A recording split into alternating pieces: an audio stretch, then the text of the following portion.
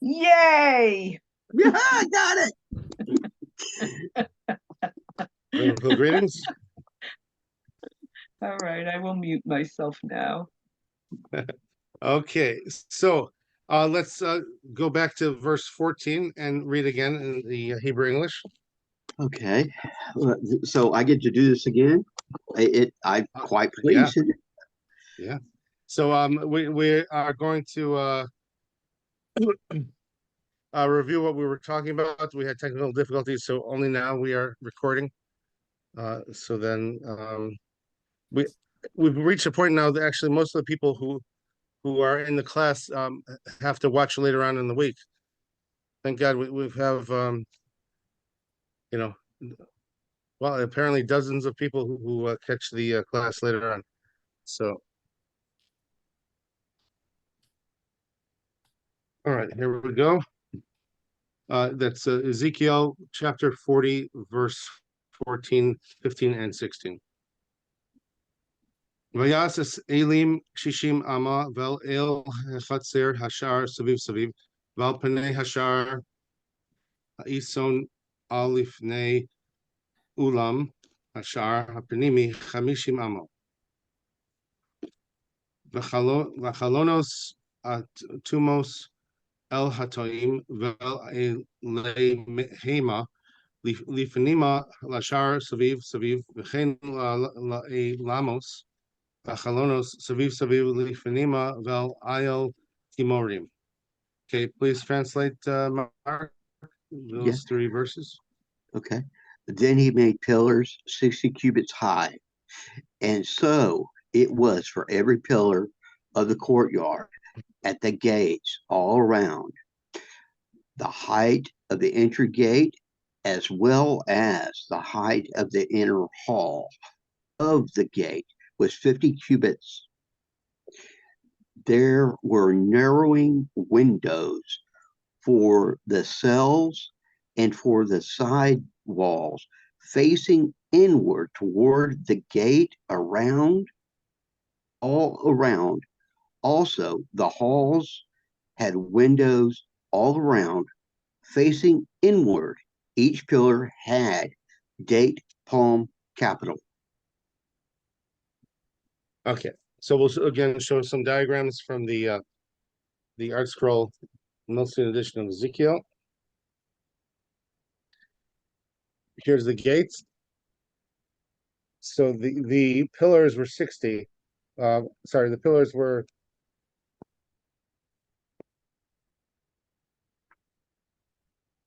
the height of the gates was on the inside was 50. The outside was 60. The pillars were 60. So see the pillars extended above. So 50 cubits is between 75 and 100 feet tall. So 60 cubits would be another few more feet taller than that.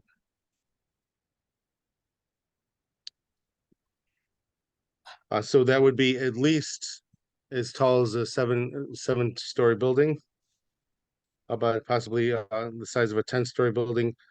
Talking about the gate itself, not talking about the pillars. The pillars were another 10 cubits on top of that. Now the windows each had, Art School calls it here a cell, a little room around each window. So a person could enter the room and then view the window. Okay, so first the cell had a slanted, the window had a slanted outward like a megaphone, bringing the spirituality of the temple outwards. There was no concern to have the light coming inward.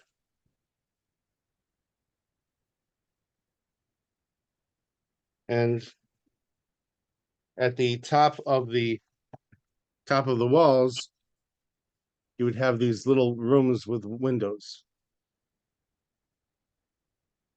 Understand?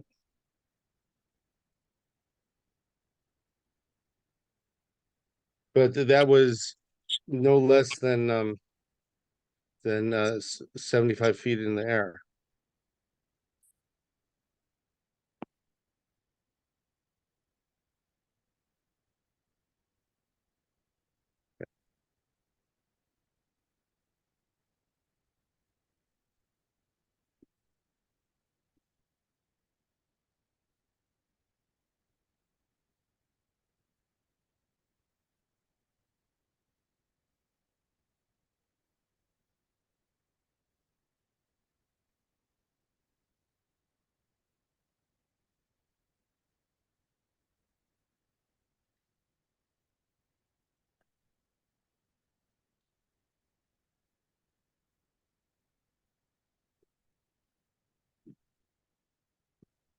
Okay, now, all right, let's continue with the reading. There's a question or two.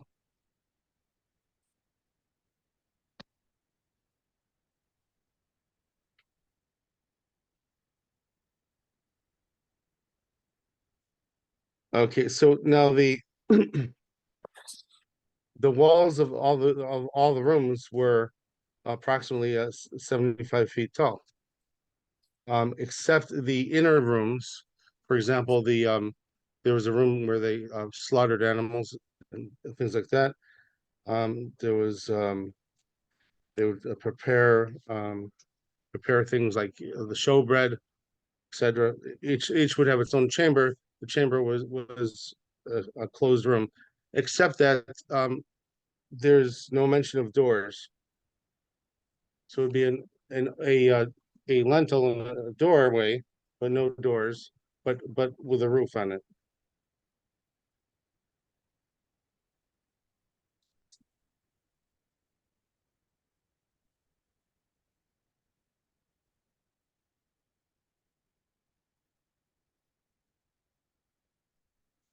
The outer courtyard did not need a roof, but obviously the sanctuary, Holy of Holies, needed a roof. It was a metaphor for modesty in the world as well. So it had to be not easily seen from outside.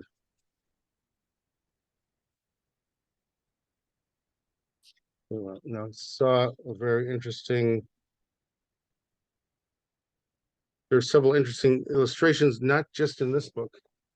So let me start to show a few of the illustrations to help people get a better feel of it.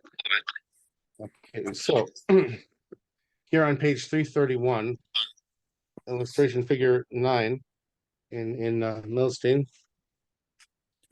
This is what the inner courtyard looked like.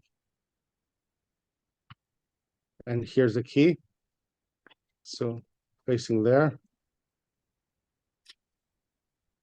So this was over here. This is the going to the inner courtyard towards the Holy of Holies. And this is going back out onto the Temple Mount. So,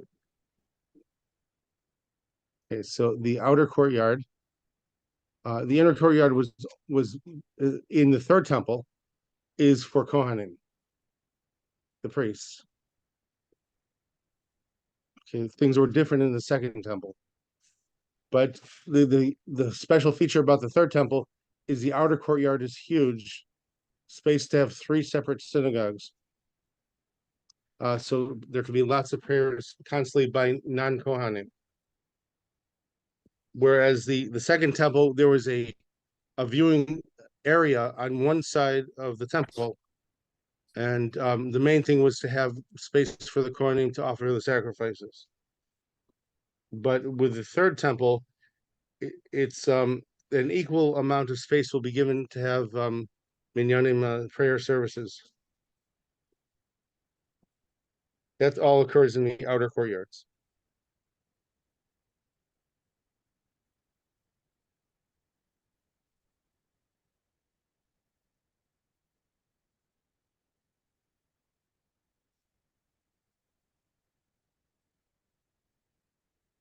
So again, with the old temple, it wasn't not as big as the third temple. Third temple, again, the size of a museum. If you look at the diagram of the total area inside the temple, majority of it is for the outer courtyard, a majority of it for people praying. So in the time of exile, people came close to God through prayer, and that won't be rejected. God is making room in the third temple for those who were faithful to him in the exile as well.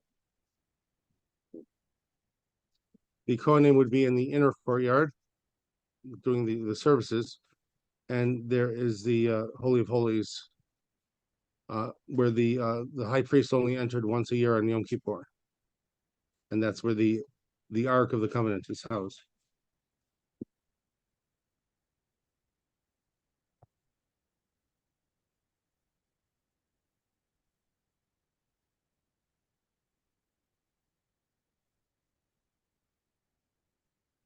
Okay, so here's an aerial view on page 335 of the Milstein of these special chambers, including there's a choir's chamber for the singers to practice, washing chamber, and the priest chamber. So that's in this illustration.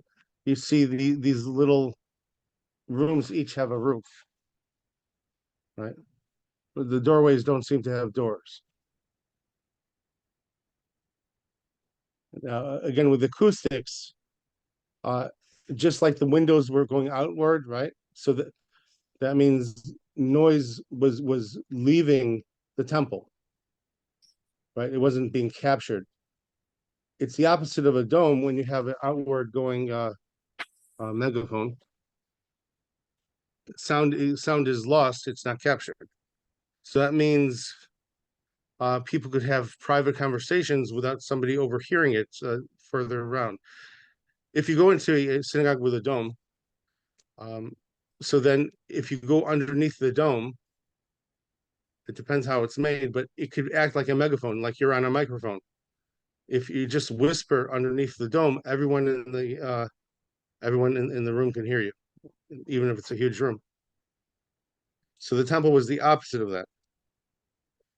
Now, my supposition is this is to prevent multiplying a sin. If God forbid somebody said an evil word in the temple, you can imagine how sinful that would be.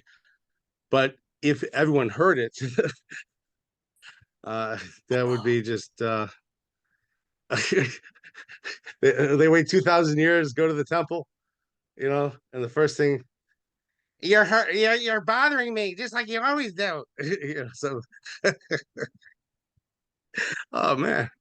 Yeah, some things that you don't want publicized. So thank God. It seems like the acoustics is against Lashon Hara being amplified throughout. But there was a place for choir, so apparently they had an area where people could sing loudly. But again, with the power of acoustics, it's possible to build a chamber even with an open door that mitigates sound going outward. Just wanted to explain this. Okay.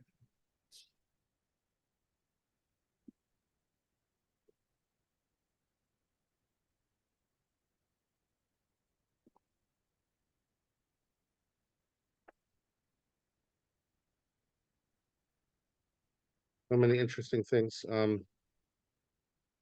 Okay, let me look in the other volumes that I was looking at. Not sure where. There was another very interesting diagram I wanted to show you. Now looking through the Art Scroll Tanakh series, Ezekiel.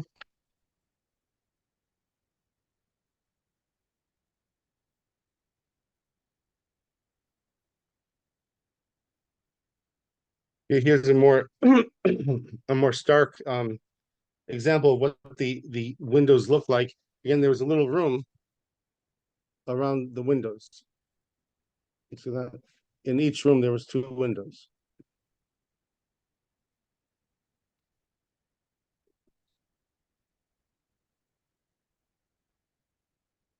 So there were windows going outwards on the top, but there were also windows going from the 2 gates facing each other.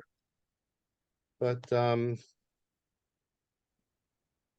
these cells are more obvious on the outer wall. Let me try to find that diagram. A minute.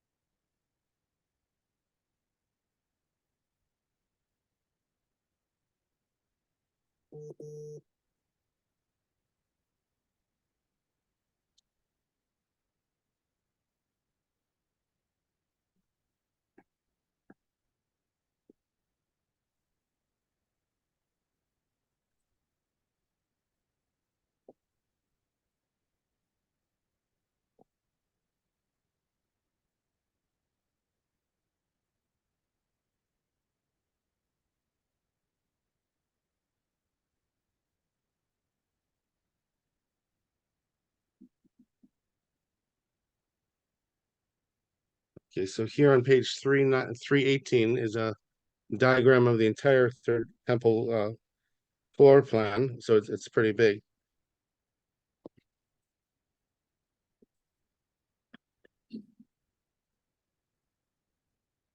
Yeah, so I'll close in on it. But the first, so here's the outer chambers where you could have separate synagogues. And then here is the main area, the main activity area where the Kohanim would do the daily services. And here's the sanctuary Kodesh, and here's the Kodesh HaKadoshim. This room is the Holy of Holies with the Ark that would only be entered once by one person, the high priest, towards in the Yom Kippur time. So let me close in on the actual main body of the temple, the inner courtyard, and the Holy of Holies. Before you do, Rabbi, I have a question. Why the different shuls, the different synagogues? What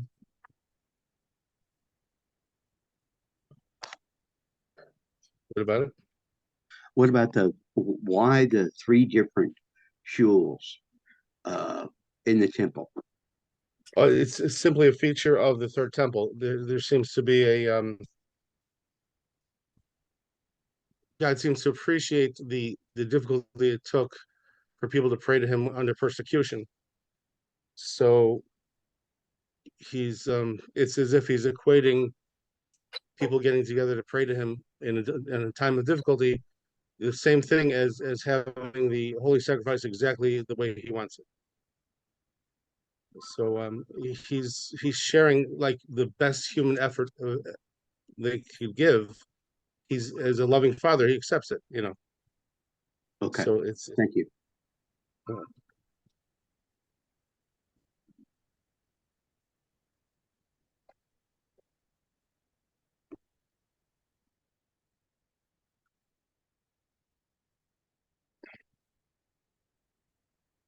So in this diagram here, so this is the outer courtyard, one of the outer courtyards. So in this area would be where they would hold many prayer services.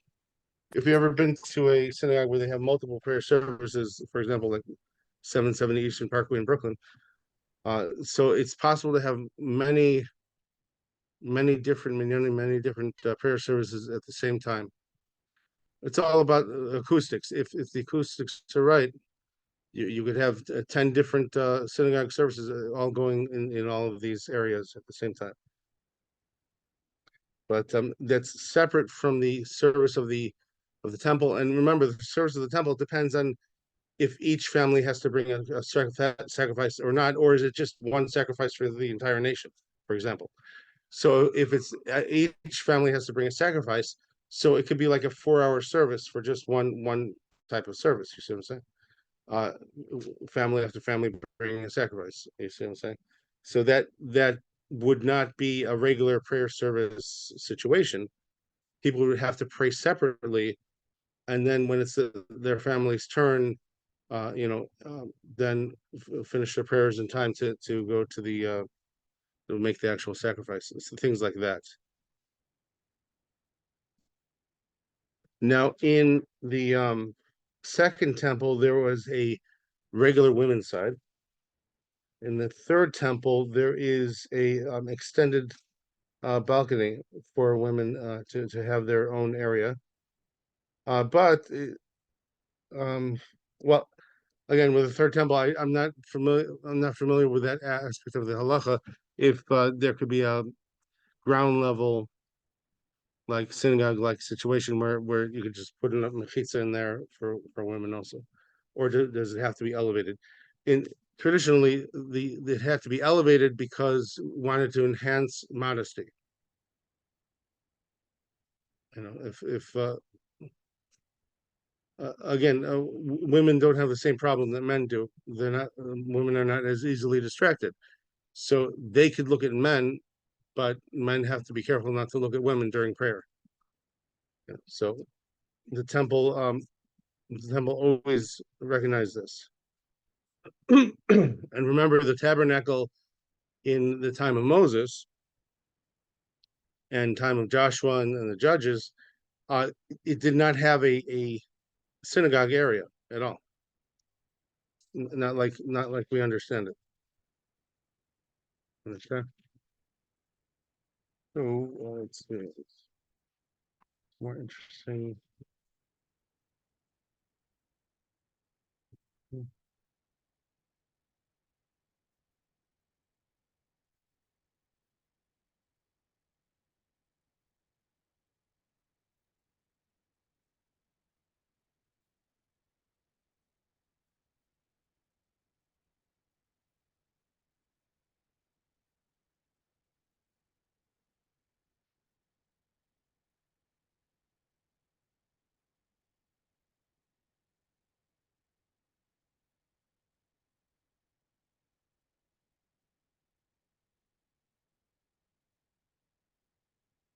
Now, of course, it's okay to pray outside of the temple, but after the temple is built, high places are no longer permitted. It's no longer permitted to have a sacrifice anywhere in the country.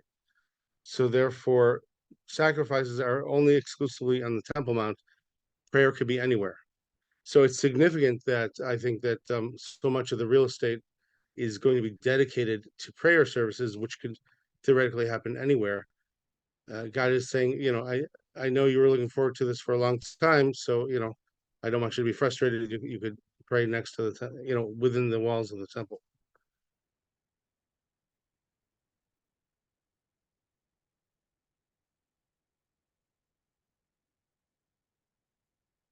As in the book of Job, Sefer Eov, chapter 35, Lish kamocha rishecha levan adam tzidkosecha.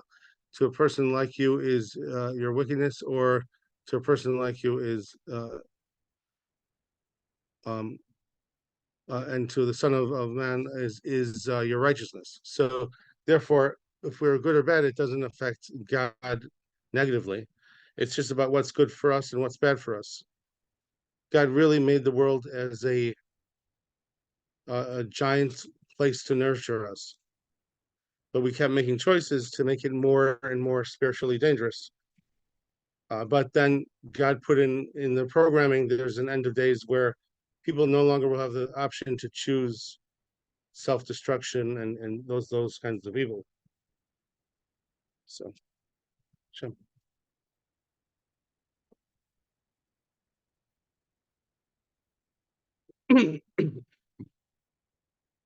Okay, so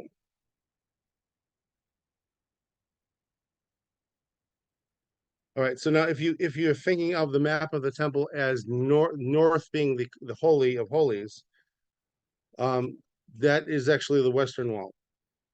So therefore, and if you're thinking of north being the top of the altar, that is correct. That is north. So let me just point that about it. Okay, so up is north, and if you enter from the south, you would enter. You see here's where the ramp to the altar, right? So that's true. But as far as from approaching the Holy of Holies, entering from the east is opposite the Holy of Holies. But it's like from the side of the altar. You see that?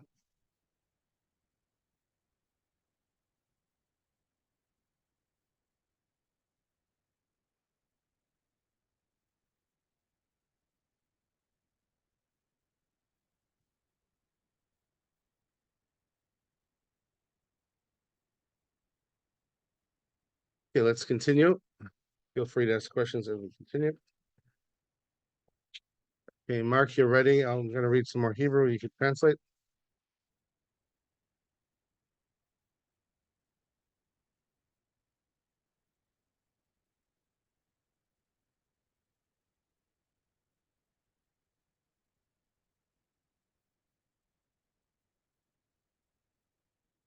Okay, starting from verse 17. Vayevi'eni el hachatzer hachitzona, b'nei l'shachos, ritzva asui lechatzer saviv saviv shaloshim l'shachos el haritzpa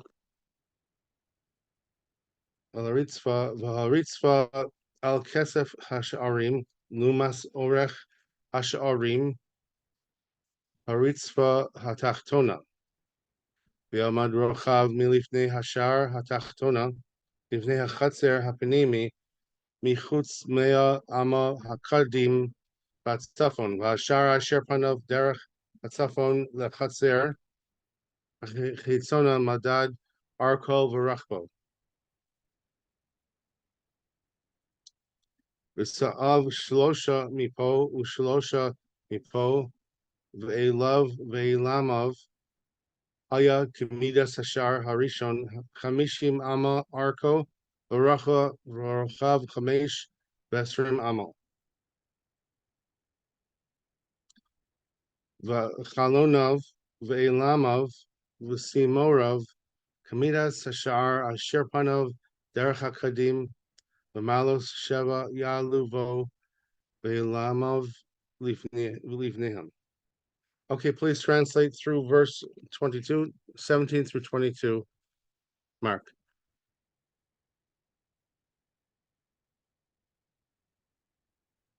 Mark, you are muted. If you cannot continue translating, please let us know. We can. Okay, Somebody else. okay. I had myself muted. Okay. My apologies. Okay. We like you. All right. Thank you. Then he brought me into the outer courtyard, and behold, chambers and a balcony were provided for the courtyard all around. 30 chambers on the balcony. The balcony was off to the sides of the gates. The bottom of the balcony was flush with the top of the gates. Then he measured the width from the front of the lower gate to the front of the inner courtyard on its outside as 100 cubits. This was the distance. In the east and in the north. You said to chapter 2, verse 20? 22. 22. Then he measured the gate of the outer courtyard that faced northward, its length and width, its cells, 3 on one side and 3 on the other side, its pillars and its hall were like the size of the first gate. Its height was 50 cubits, and its width was 25 cubits. That to 22, correct? Mm-hmm. One more Okay. verse. All right, one more verse. Okay. Its windows, its hall, and its date palm capitals were like the size of the gate that faced east.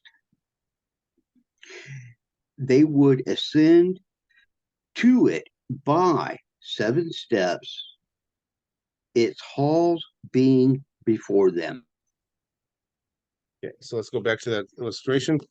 So as here it says, these were identical. The gateways were identical, but you could tell which the walls were a little bit different. So you were always able to tell which way is outward, which way is towards the Holy of Holies. Okay, and you could see that here, even though the gateways, the doorways are the giant doorways are identical. So on one side you have this design here that goes towards the Holy of Holies. On the other side, you see the windows all the way on top in the little cells. So that's a sign of it going outward to the world, sending the spirituality outward. So this little design here, and this, by the way, is between 7.5 and 10 feet tall. This little design here. So a little bit taller than most people. So that is a sign of going inward towards the Holy of Holies. And this is the wall of the inner courtyard. And here is, of course, the outer courtyard we mentioned that has places for synagogues.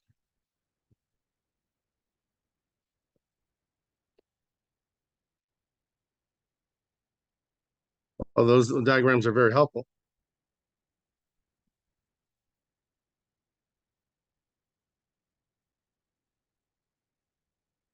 Okay, so in the Article Tanakh series, there's a juxtaposition of what did the second temple look like. So I'm going to hold up that. This would be on page 631.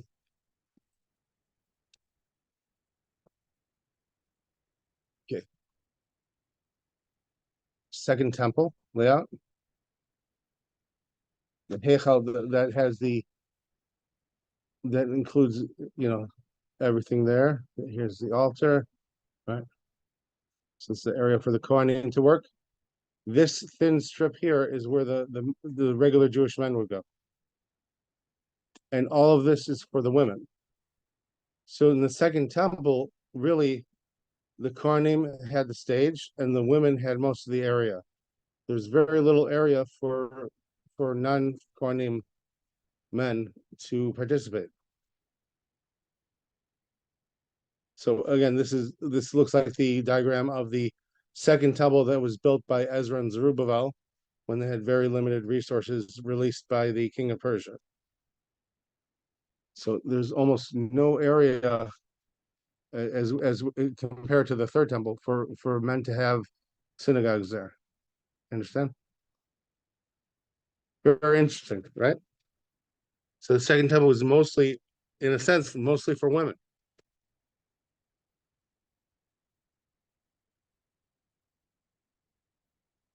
But the third temple, it'll be easier to have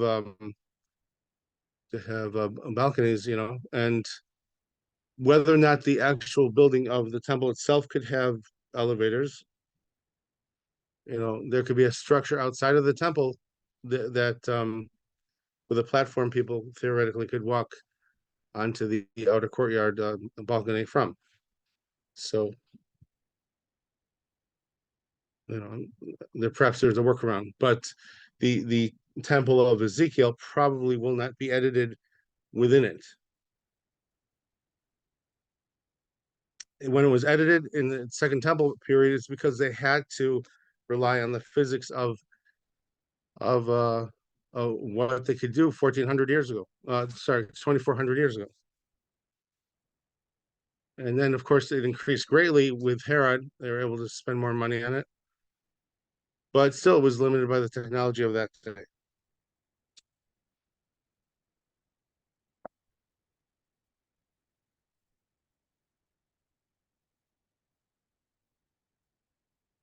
Fascinating. Again, so that very interesting layout of the Second Temple is page 631 of the Article Tanakh series, Ezekiel.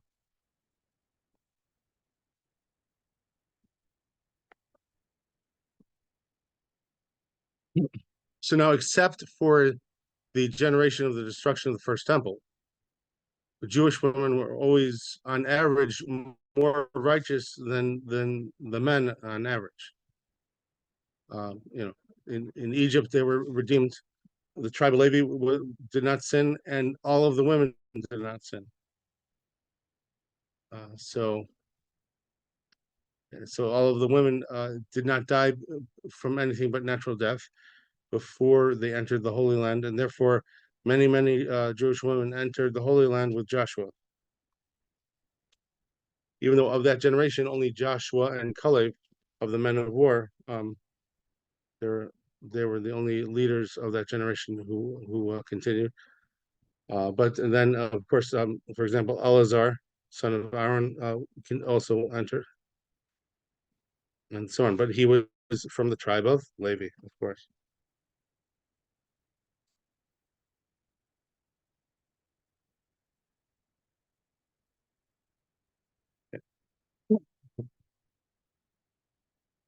Yeah. All right. So, Mark, we're going to continue with translating. If you're able, please give a heads up if it gets too much. Thank God there's lots of verses in this chapter. That's quite okay. Actually, Rabbi, I am quite honored to be doing this tonight. It's Yeah, something it's something that I've wanted to do for quite some time. We learned previously that if somebody learns about the temple, the structure, the prophecies, the laws, it's like their partner in the building of the temple. So that is now, something especially I read. That is something I read not too long ago. now, especially according to those like the Chavetz Chaim and Rav Chaim Kanievsky, who hold that the temple is literally built in heaven, waiting to descend. Whereas according to the school of thought of Rambam, Maimonides, so the people have to build it, specifically with Mashiach.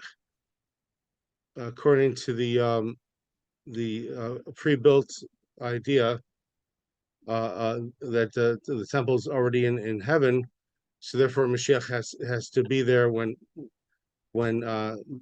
Israel prays for the temple to descend to earth, or materialize on our plane of existence is maybe a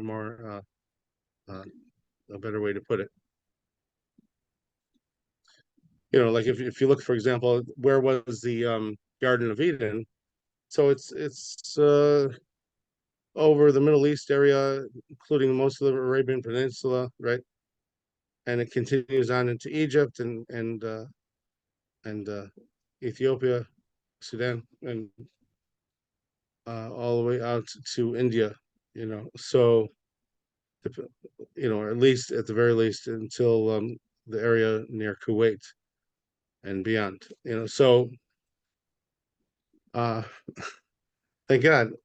When you're talking about something that's in a different dimension, it's hard to pinpoint the exact location until it actually materializes back in our plane of existence. But the point is this, is that there is a place that exists. We know from the Garden of Eden, there's a place that exists outside of the dimension as we know it. So, and we're told by many that this refers also to the third temple. So according to that school of thought, Ezekiel is just writing down what he physically saw in his prophetic dream. He's not just imagining what it will be like in the future.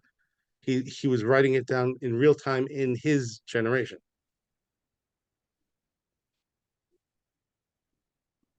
But what allows each part of the temple to materialize, that's when people study the Torah of it. So, like just imagine like a inker and a penciler and an inker making drawing a comic book, for example. So if the penciler draws the rough shapes of it, but until the inker adds the ink and makes the lines more, more ready for publication, so then it's not a regular comic book. It looks incomplete. So that's kind of what the third temple is. It was waiting for people of each generation to learn about the Ezekiel's temple more and more until the entire area would be revealed. So when in that sense, learning about the temple actually creates a physical reality in this world with the manifestation of that part of the temple that was covered by the Torah that people learned in that area. So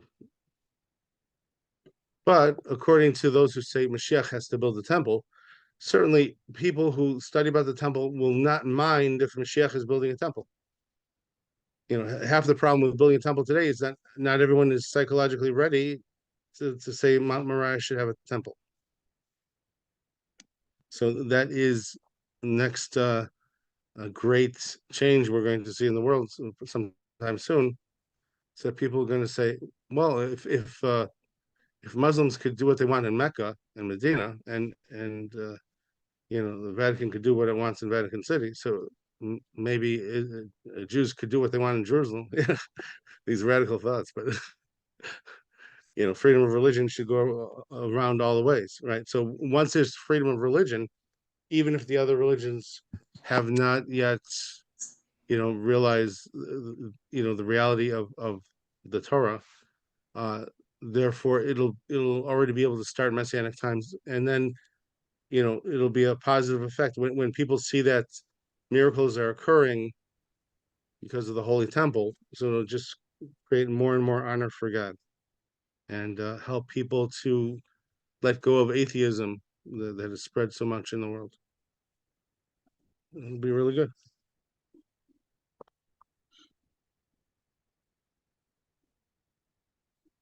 Okay, we left off after verse 22. 22. Okay. Let's go verse 23 through 27. 23 through 27. Bashar lechatzer hapnimi neged hashar latzafon lakadim v'yamad mishar el shar mea ama v'yolicheni derech hadarom v'hine shar derech hadarom umadad elav elamav kamidos elah v'chalonim ולעילמיו סביב סביב כחלומos האלה 50 אמה אורך ורוחב 15 אמה מעלות 7 עולosiו עילמיו לפניהם וסימורים לא אחד מפה ואחד מפה אל אליו ושער לחצר הפנימי דרך הדרום ועמד משער אל השער דרך הדרום 100 amos. Okay, please translate through verse 27. Okay. And we started at, I'm sorry, I had a cat howling at me. It was 23. 23? Mhm. Okay. Thank you. It's 27. There was a gate to the inner courtyard opposite of the gate of the north, and to the east he measured from the outer gate to the inner gate as 100 cubits. Then he took me toward the south, and behold, there was a gate at the south. He measured its pillars and halls. They were of the same dimensions as those. There were windows for it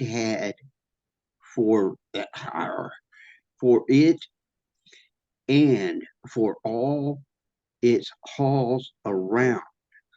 Those windows 50 cubits in height, 25 cubits in width. Its stairway was 7 steps with its halls before them. It had date palm capitals, one on one side and one on the other. On its pillars, there was a gate to the inner courtyard towards the south. He measured from the outer gate to the inner gate of the south as 100 cubits. Okay, so that's referring to this area in this diagram with the arrow from this gate to this gate. That's 100 cubits. 100 cubits is between 150 to 200 feet. So that is 150 to 200 feet in scale. Again, this is pretty massive if you're standing right next to it. At least 7 stories high, could be as much as 10 stories high. Just to the top of the gate, not including the pole, which is actually another 10 cubits, which is actually probably bigger than this diagram shows. I think it's be a little bit actually taller than this diagram.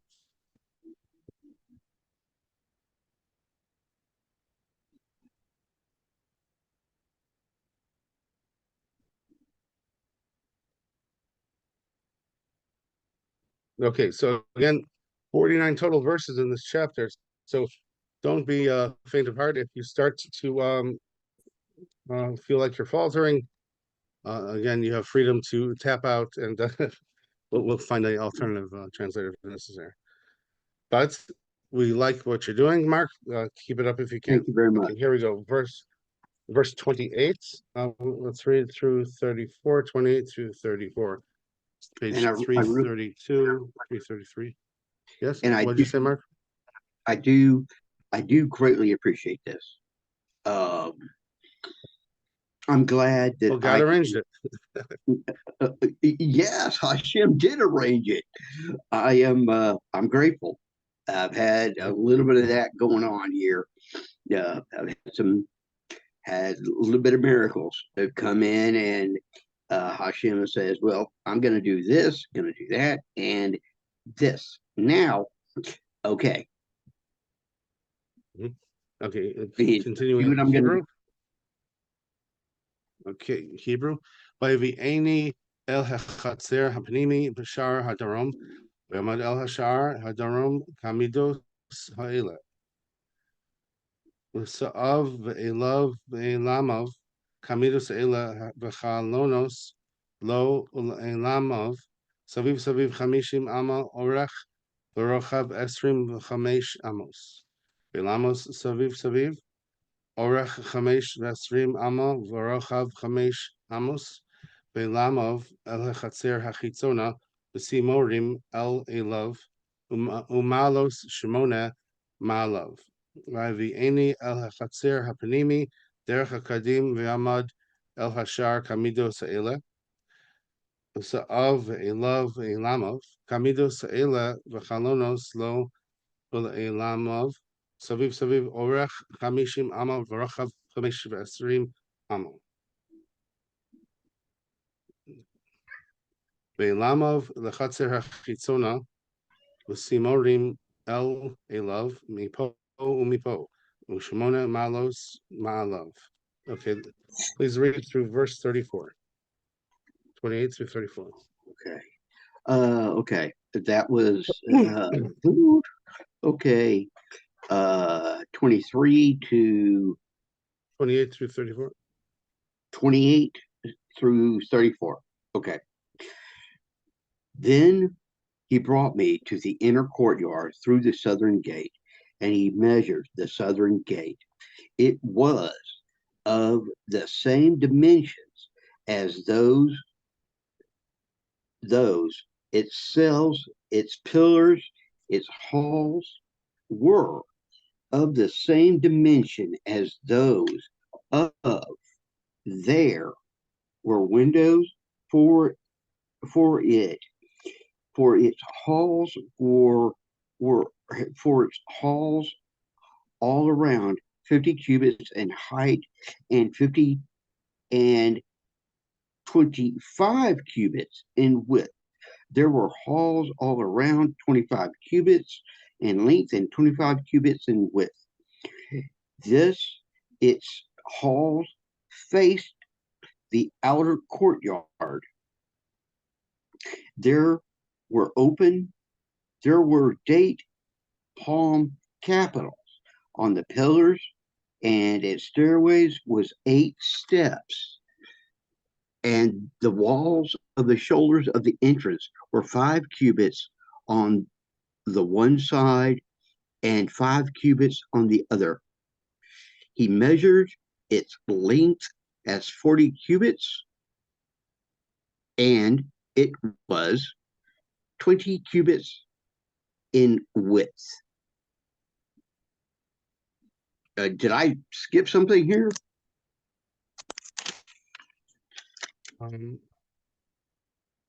Well, can you start from 33 and say 33, 34? Oh, 33, 34. Okay, well, my mistake. Hang on a second here. 32, 33. All right, 33. It sells. Its pillars, and its halls were the same dimensions of those, and there were windows, for it had it its halls all around was 50 cubits in height and 25 cubits in width. Mhm. It is 35. And 34. So its halls faced inward.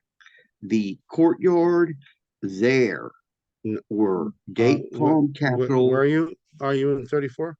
I am on 34. Its halls face toward the outer courtyard. Do you see that? Yes, its halls face toward the outer courtyard. There were date palm capitals on its pillars on the one side and on the other, and its stairway was of 8 steps.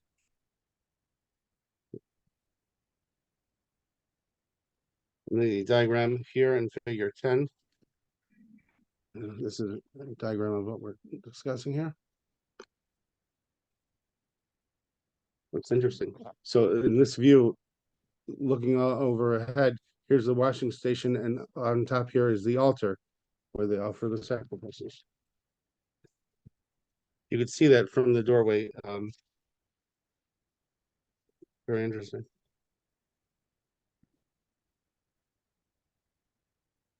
Now we're going to describe, describing the inner courtyard. Now we're going to talk about the northern gates in the washing chamber.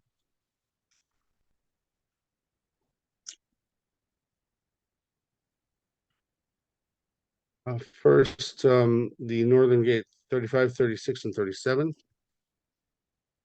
Let me do the Hebrew. Vayvi ni el shar ha'tzafon umadad kamido seila ta'av elav elamav v'chalonos lo saviv saviv orach chamishim amo v'rochav chamesh v'esrim amo ve'elav lechatzer hachitzona v'simorim el elav mipo u'shmona malos malav v'ishka. Okay, let's translate that. Can you please translate 35, 36, and 37? Then he brought me to the northern gate and measured it. It was the same dimensions as those.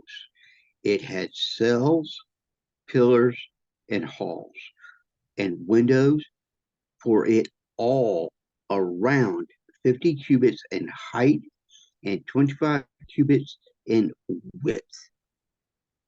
Its halls faced outer. Its halls faced the outer courtyard, Mhm. and there were date palm capitals on its pillars on the one side and on the other. Its stairway was of 8 steps. Okay, now I'll say in the Hebrew, verse 38.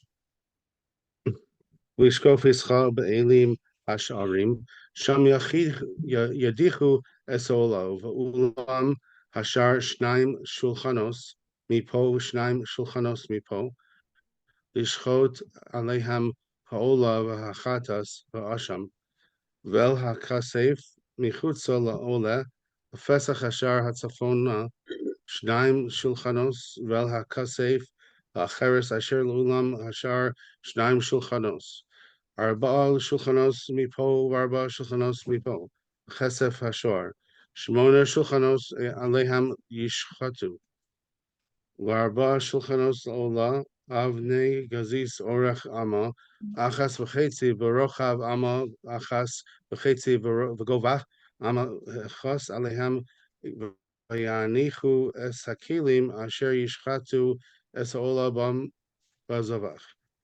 vashafatayim shofach echad tofach echad milchanim babai saviv saviv ve'el hashulchanos besar harkorban. Okay, please translate. That's 38 through 43. Oh, interesting. Okay. 38. There was a chamber there with its entrance facing the side walls of the gates. There, there they would rent the burnt offering. In the hall of this gate were two tables on the one side, the two tables on the other, near which to slaughter the burnt offering, the sin offering, and the guilt offering. Along the shoulder of the gate outside the hall, as one ascended into the opening of the northern gate, excuse, there were two tables along the other shoulder of the gates hall were tables altogether, four tables on the one side and four tables on the other side. Along the shoulder of the gate, 8 tables near which they would slaughter 48, correct? 48 to 48. No, to 43.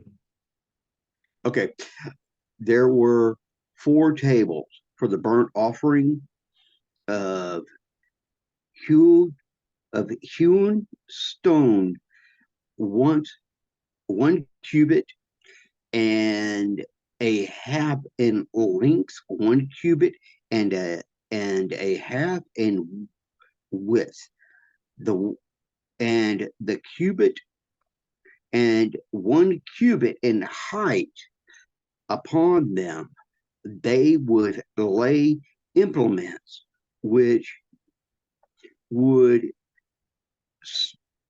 would slaughter the burnt offering and any other sacrifice. And that's to 43, correct? One more verse. Yeah. Well, okay, 43. Okay. I'm getting there.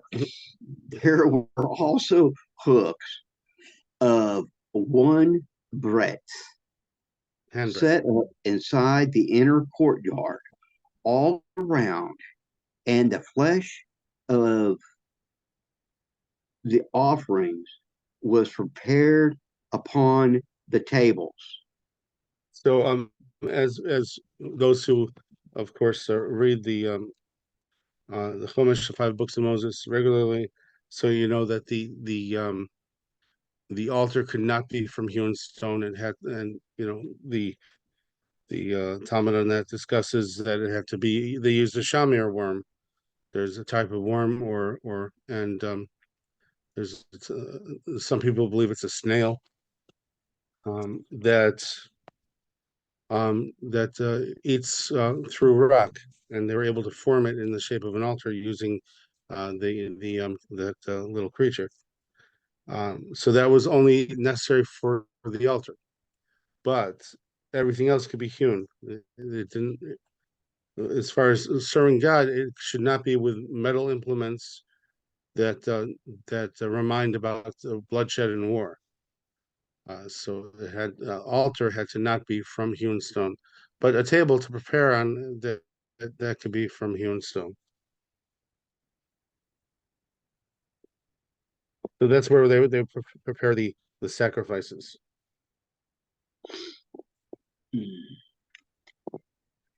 So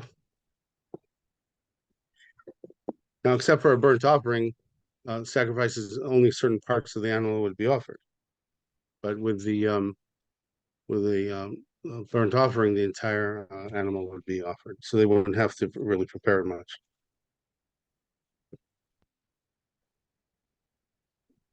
Okay, I'm going to.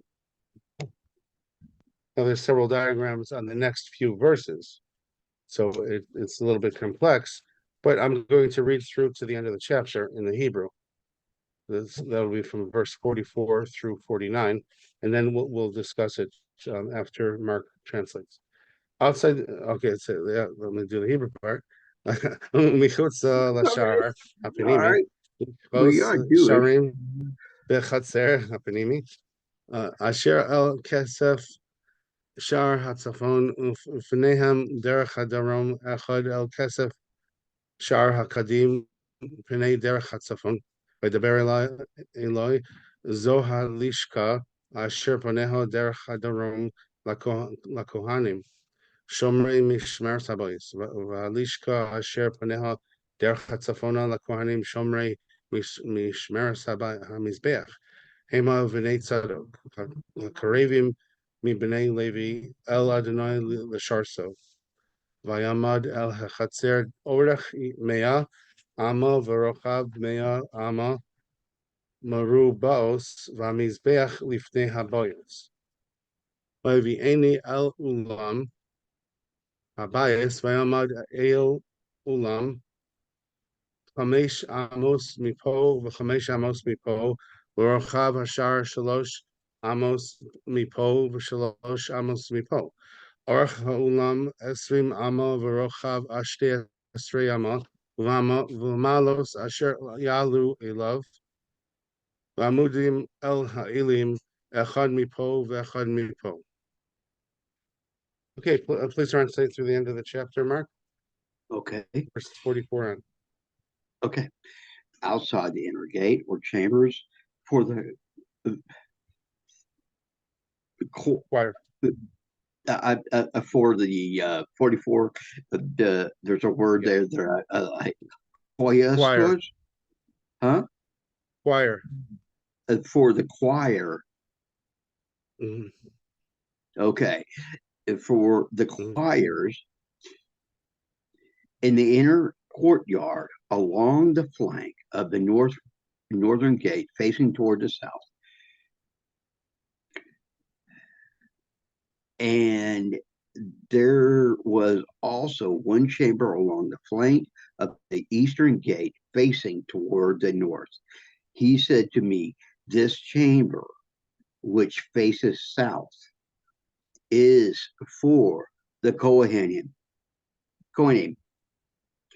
the guardians of the charge of the house, and the chamber that faces the north for the Kohanim, the guardians of the charge of the altar, they who are descendants of Zadok are the ones from among the sons of Levi who approach Hashem to serve him.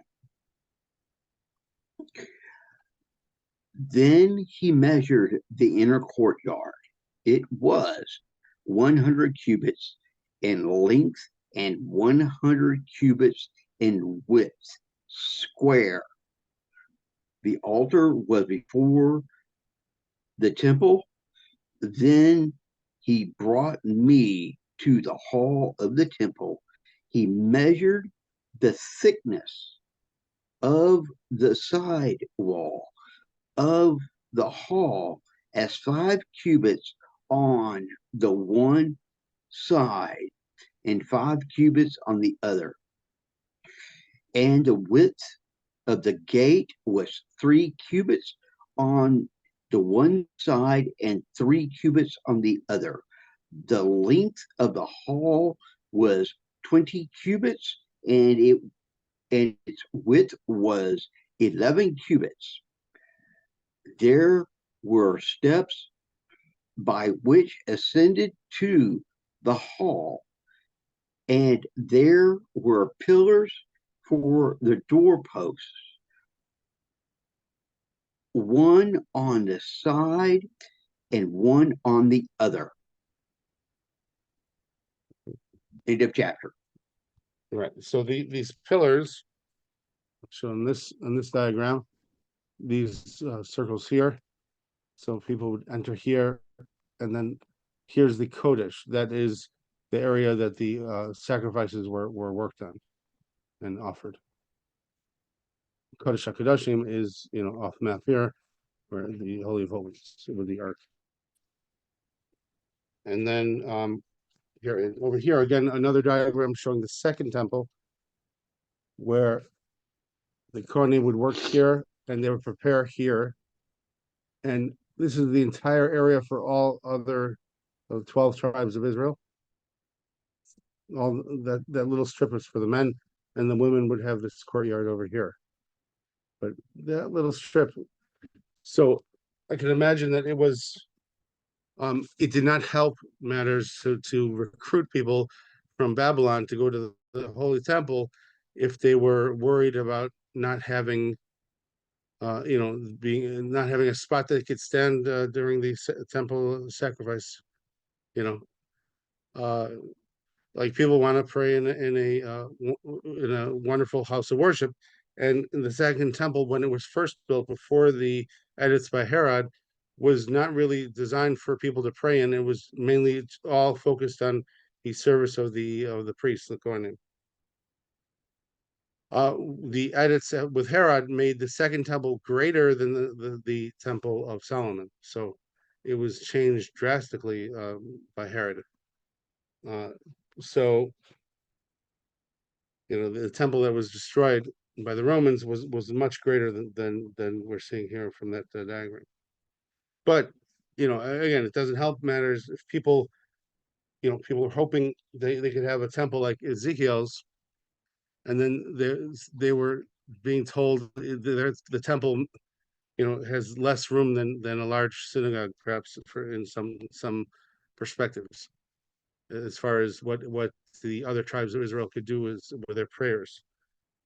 So that may have made people not as attracted to the idea of moving from Babylon back to the Holy Land to go to a smaller prayer service area.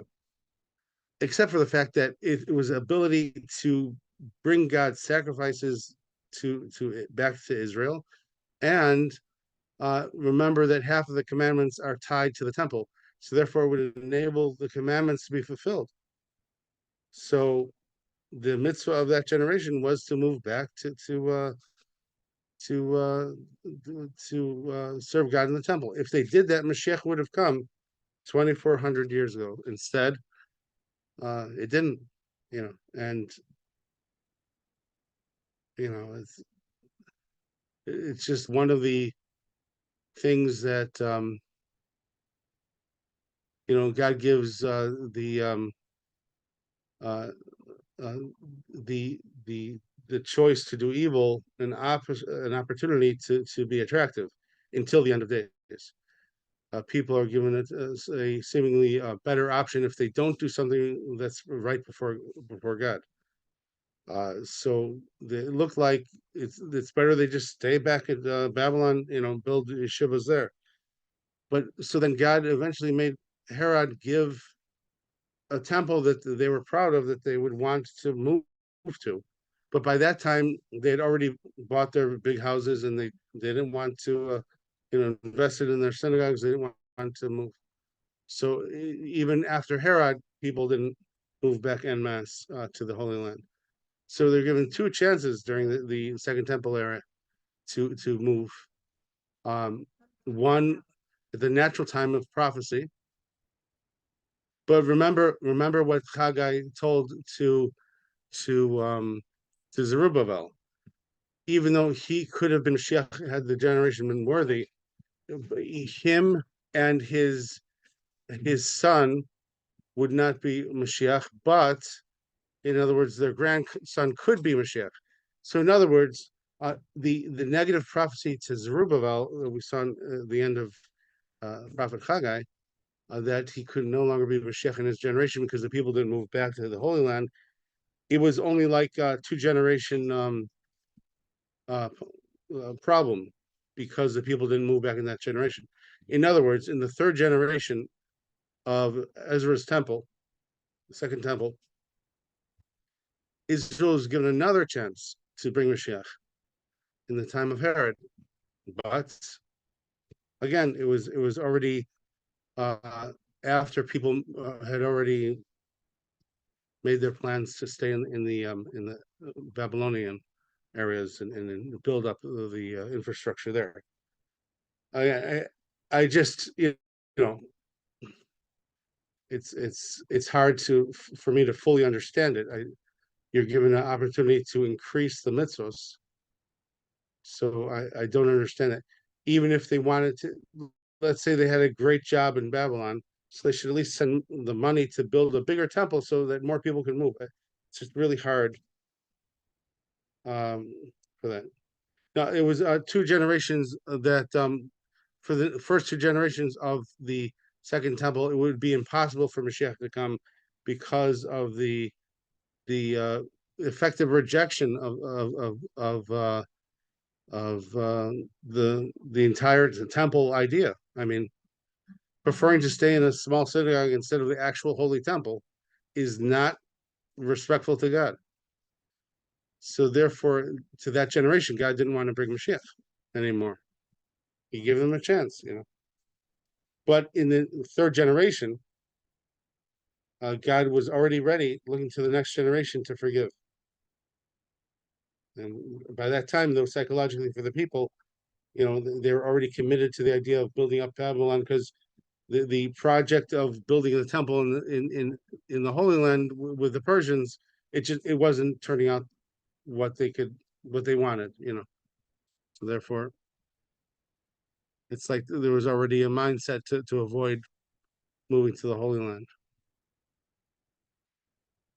In addition, another aspect of it, remember, Herod was violent at first.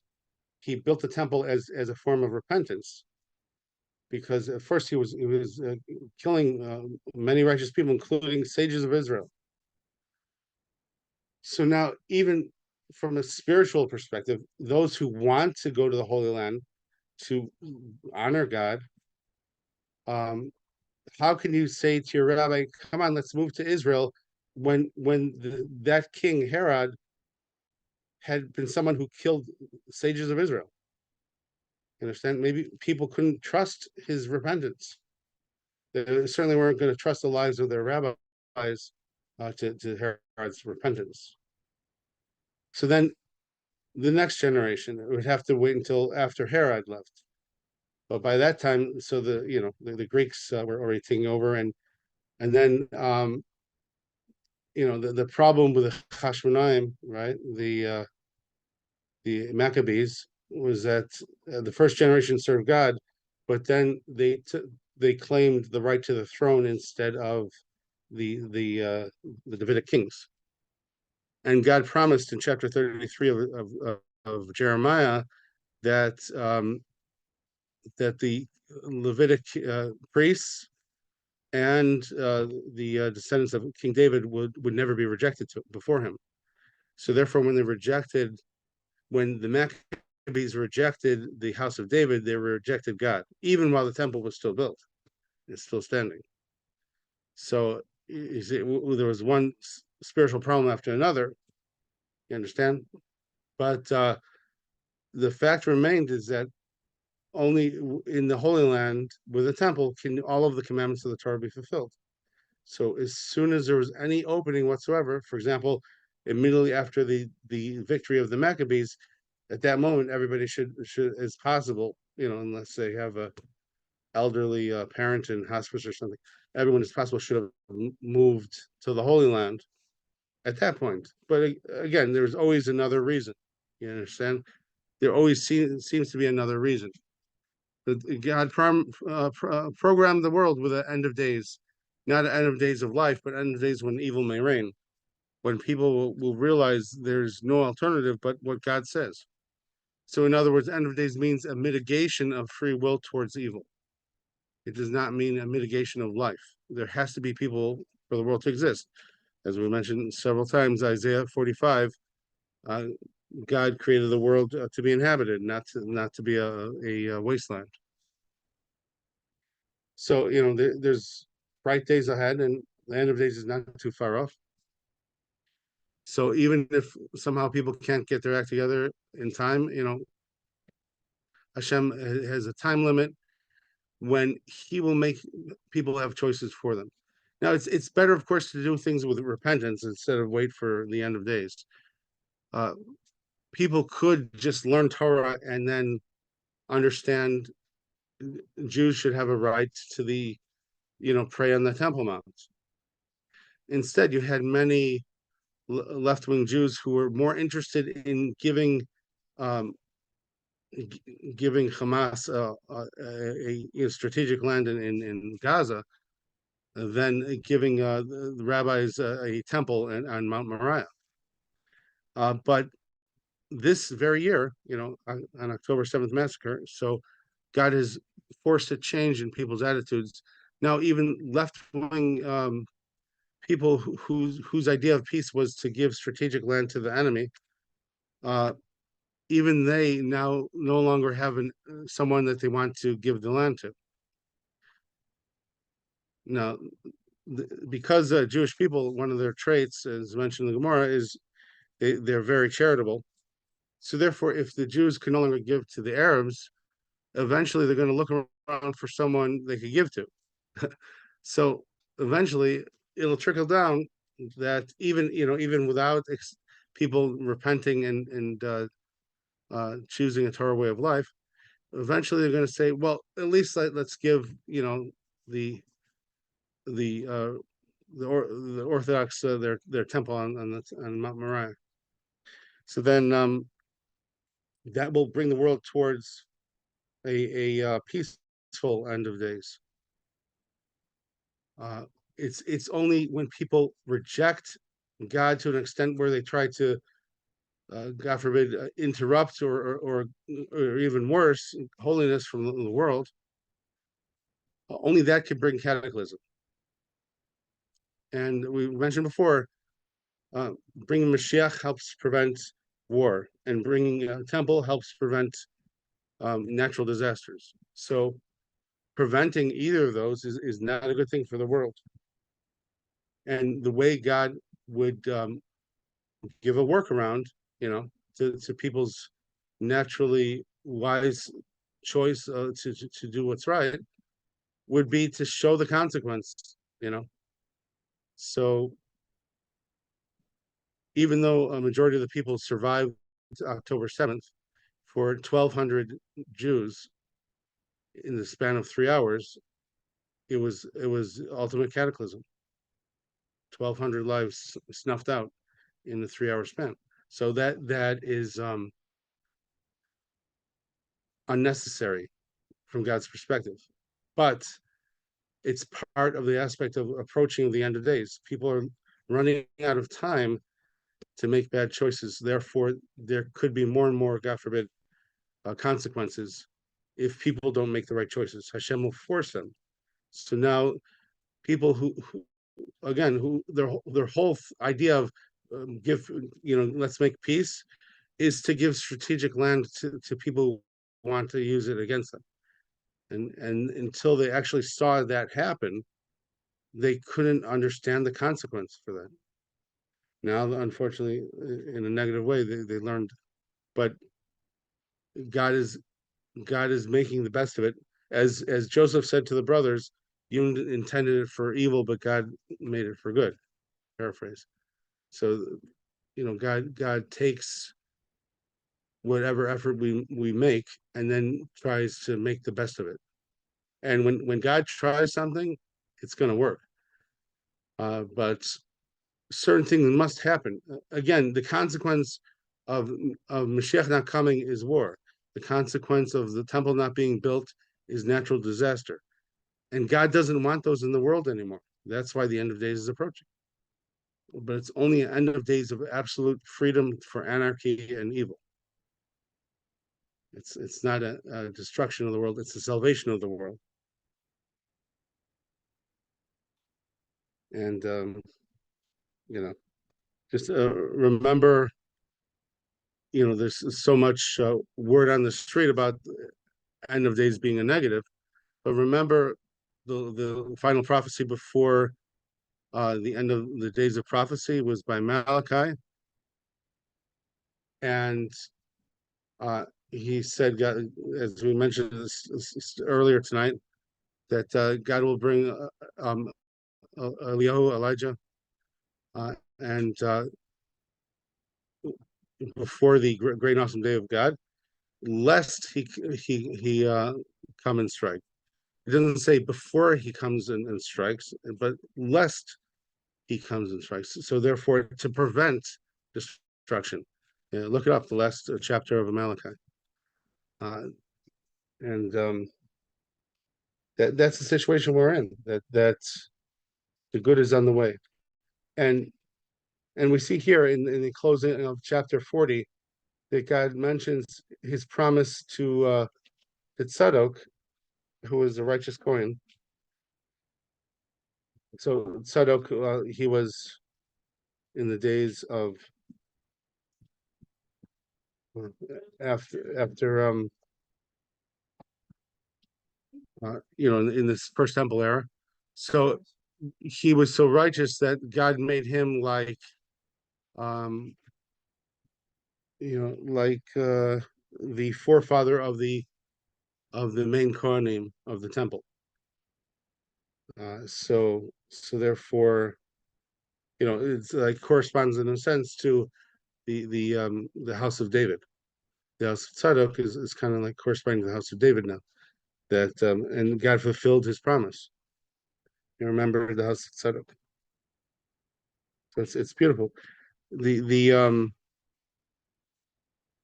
and again, it's consistent in God's promise for there should be Levitic priests and the house of David, as in Jeremiah 33. So it's beautiful how the one book of the Tanakh blossoms out of the other, and they don't contradict each other. They don't argue with each other. That's a sign of a real word of God. God, knows the future, so he's able to give a prophecy about the future that doesn't contradict anything that he has already spoken. You understand? So that's how you know to be careful if you find something that constantly contradicts itself, or God forbid tries to contradict the Torah. So then it's probably not from God. Okay. Any questions before we call it an evening? Any questions? I appreciate the Yeah. opportunity Thank you, to. Rabbi. It was a wonderful class. Thank you, Rabbi. Oh, I was puzzled by all the steps that they were talking about, the staircases. And it occurred to me that in the other temples there were ramps because men wore robes and they didn't have snaps down the front and they didn't have underwear on, and it was supposed to be a modesty thing. So I was well, wondering if that now has changed because men wear pants or what. no, there's always a ramp to the altar. So that's mentioned in Exodus that it has to Yeah, be. I just read it today. Mm. May I ask a question? Okay. Can I get an answer tonight? This is Oh, to. just a second. Just say what. Just a I second. don't think that finished being answered. I'm sorry. Okay, so your question is about the staircases Yeah, being staircases all over the increased. temple. There's an increase of staircases. The only Torah requirement is that the altar not have a staircase, and that applies even in the days of Ezekiel's temple. Okay, so these staircases, I mean, I'm confused because I always thought that there needed to be ramps and not staircases because of the robes. That was what I'd been led to believe. It's only And during the offering of a sacrifice on the altar. Okay, so then there's no other time that the Kohen is dressed that way? Well, no, it's no other time that it's a prohibition. Okay, I'm just He visualizing little kids with cameras. no, well, their robes were okay. So now here's a diagram in the this is Rabbi Chlorfein's book. Here's a diagram of, remember we mentioned the chamber of the Kohanim to prepare the meat. Hmm. So here's actually a picture of it. Remember, it has a ceiling, right? Here's interesting photo illustration. Oh, wow. So even there, Oh. the Kohanim had their robes went down to their ankles. So, But they and seem so narrow, and if they would, be walking upstairs, it seems, Weren't well, the steps for yeah, the Levites required to walk up and down uh, as they're singing? well, once they got to this room was on the same level as the area leading to the ramp to the altar. There was no more steps between the preparation room and the altar. There was and only that the would be ramp. where they would put the robes on, Right. So question mark. right. So there are many rooms in the third temple. Here again from Rabbi Chlorfein's book. See all these little chambers and side Uh-huh. rooms and stuff like that. Ah, the locker rooms. Yeah, lots of rooms where people can do whatever is necessary. Hmm. And even these alcoves by the windows, if somebody was on a balcony, they can step into one of these alcove rooms to adjust their skirt or something, because That leads me to another quick question. Did they translate Ritzpah as balcony? Ritzpah is normally translated in modern Hebrew floor.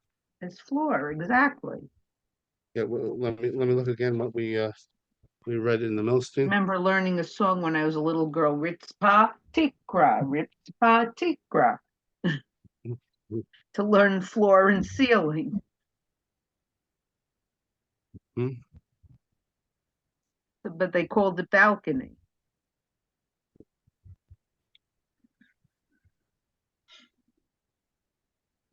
It seemed strange to me because the balcony is elevated, whereas the floor is down.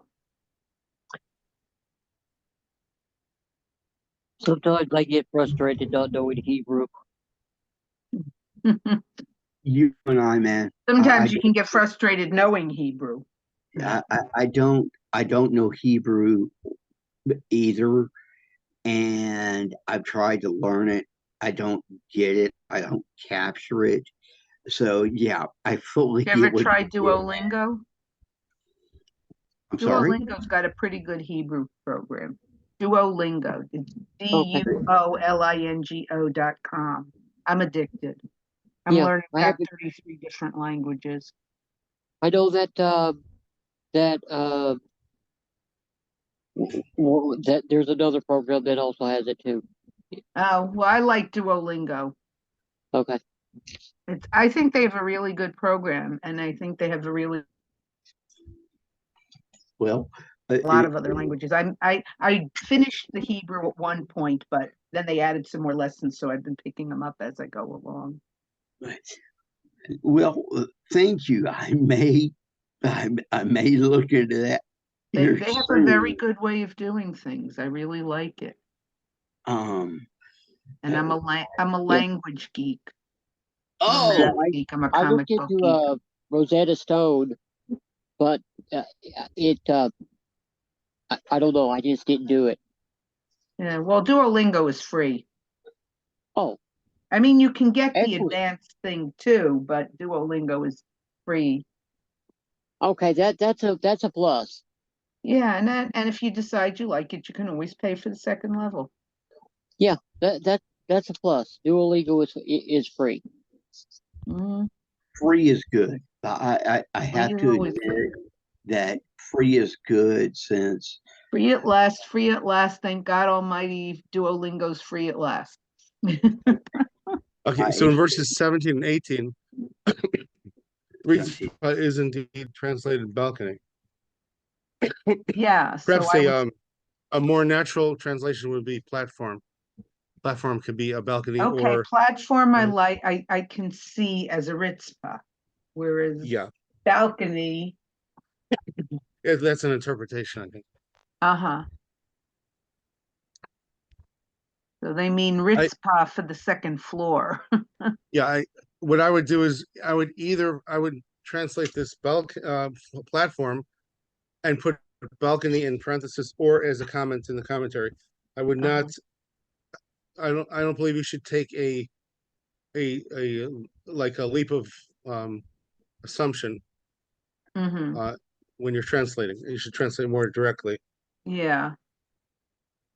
Okay. So that would have made me less, well, I don't have the English, but Oh, I'm only listening. that's pretty sensitive. You're pretty good. Yeah, no, I have an awful lot of books that don't have English in them. Okay, so Don't, Art Scroll here in the Tanakh series translates it differently in the commentary. uh-huh. A balcony, ritzpah, literally, it is a pavement. Pavement. Yes. They have So pavement. Rashi deduces from the next verse that this pavement was not on the floor of the outer courtyard, but ran along the wall, overhanging the floor at a height of 50 cubits. Yeah, like the old shul I used to go to had a women's the Ezrat Nashim, the women's section, was a balcony that wrapped around. Right now, the balcony would have to have. I mean, if it is it a design balcony that you look at from afar, or is it a practical balcony that you could actually go onto? No, this was a practical balcony that the only thing is it went on a slope, but the Right. pews, to use that word, were on along the balcony, and actually we had a shul around the corner that had the same kind of balcony. Right. But what I'm saying is here, in this verse, if this Mhm. is a balcony that nobody's going to use, I would be even more disinclined to use the word balcony because balcony implies implicitly people are going to go onto it. Yeah, like That's in what a a balcony. theater. Right. Whereas it's just a like you see in like well, for example, old theaters, there could be like just like a fake balcony, Yeah, with there's little you know, things on the side like right. Lincoln's got. I wouldn't call that a balcony, like you could call it maybe a balcony facade or something, not a regular balcony. So I would not translate something as balcony unless it's actually for use. If it's actually for use, so then the question is, What happened to the why big area downstairs? yeah, yeah, that's all. Okay, so someone else was asking a I question think before Mark we. had a question. Okay, well, let me see. Well, I I think I did at one point, Okay, but I'm sorry if I knocked it out of your head. you know, uh, my head is in the school of hard knocks. So Don't it, knock against your head, it hurts. yeah, like trust me, don't even go there about my head, about my egg. I've got my egg. I'm sensitive about. I have a I have uh, a I am uh, I'm trying to phrase it. I am uh, trying to bring some humor into it. I am uh, it, I'm a man that's envious of his. I am envious of. I'm a male that is envious of his brain. I was like, that sounded really bad, but it was Well, the best joke I could come up with. I'm sorry. well, we're trying to use our brains to think about God's holy works. Yes, So yes, that yes. means we're elevating ourselves. If previously any of us misused our brains, hopefully it was the start of something right Yeah, path that we could yeah, continue on. yeah, yeah. I was trying to make a joke and it didn't go over real well. I understand that. I understand it. Thank you, Rabbi. Okay, excuse me if I was No, too thick-headed. So no, well, All right, then, Rabbi. Rabbi, I think we all get that okay, way sometimes. well, I've been, well, Rabbi, then, yeah, I've been called bullheaded and stubborn, and I think that goes in the male genetic order. I think it's just part of it. okay, so people are welcome to Yeah, linger after we go I offline. agree with you But there. yeah, I have Russell, is another, there? I have one other Oh, question. let's I'm stubborn. My whole family's stubborn. But it helps to write them all down. right. You had mentioned something about not being able to sacrifice any place but in the Beit HaMikdash. I thought we already have that. I thought you already couldn't make a sacrifice on a bama. Right, but that began in When the first uh temple was built. correct. And I mean, during the 70 years, they couldn't bring sacrifices, right? Correct. And I mean, during Shiloh, after Shiloh was destroyed, they could Well, that was before Sheila until the temple, right? correct. Because Right. the During Mishkan was Mishkan finished. time they could. Yeah. So, but since then, we're not allowed to. Exactly. It definitely helps to write these questions down.